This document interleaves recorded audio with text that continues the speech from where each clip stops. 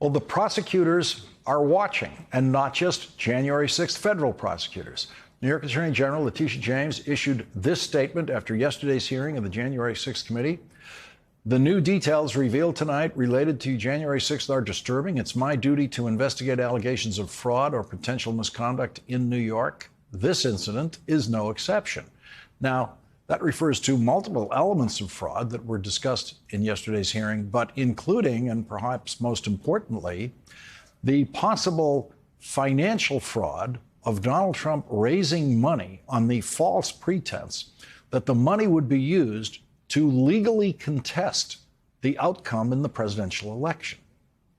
Will also show that the Trump campaign used these false claims of election fraud to raise hundreds of millions of dollars from supporters who were told their donations were for the legal fight in the courts. But the Trump campaign didn't use the money for that. The big lie was also a big ripoff.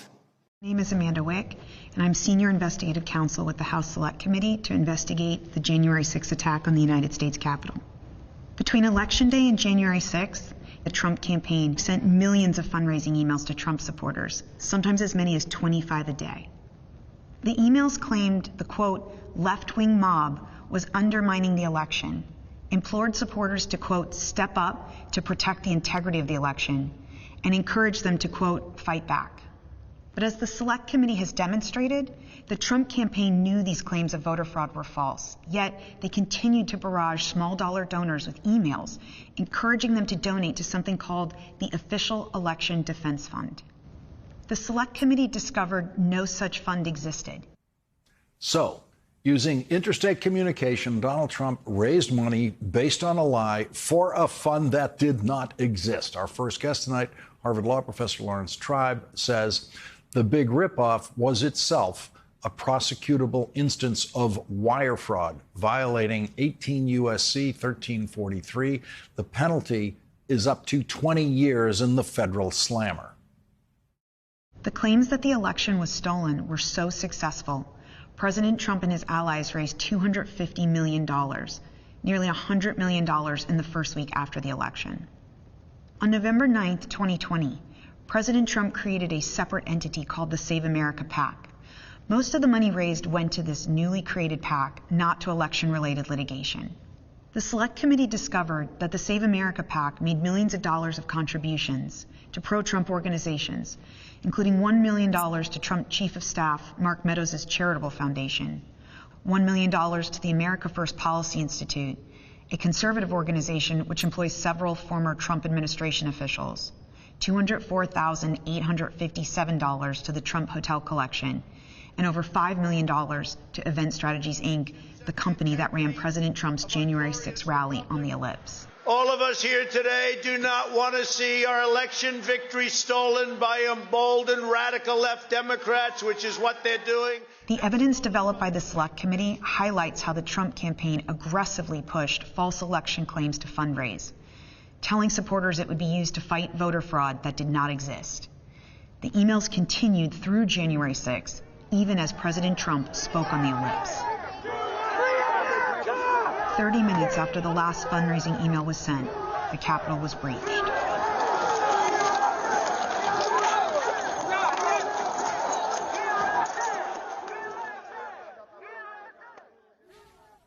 In yesterday's hearing, Trump Attorney General William Barr said that he told Donald Trump that his claims of election fraud were completely false and just nutty, and Donald Trump never argued with him about the facts of the election. I was somewhat demoralized because I thought, boy, if he really believes this stuff, he has, lost contact with he's become detached from reality if he really believes this stuff. On the other hand, when I went into this and would, tell him how crazy some of these allegations were, there was never an indication of interest in what the actual facts were. My opinion then and my opinion now is that the election was not stolen. Professor Tribe will tell us in a moment if being detached from reality is a viable criminal defense for Donald Trump.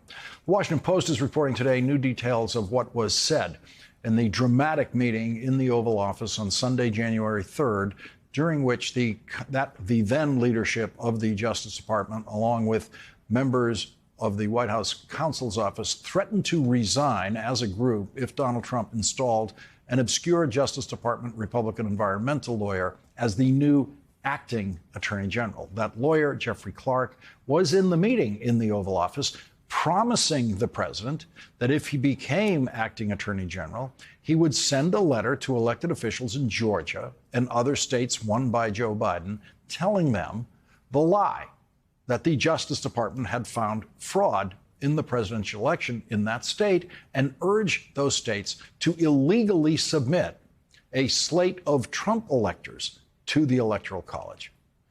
The best line in the meeting was delivered by acting Deputy Attorney General Richard Donoghue, who rushed to the meeting dressed in jeans and a T-shirt and crushed Jeffrey Clark. According to the Washington Post, Donoghue told Donald Trump, quote, "He's never been a criminal attorney. He's never conducted a criminal investigation in his life. He's never been in front of a grand jury, much less a trial jury." Clark objected. "Well, I've done a lot of very complicated appeals and civil litigation, environmental litigation, and things like that," Clark said, according to Donoghue's deposition.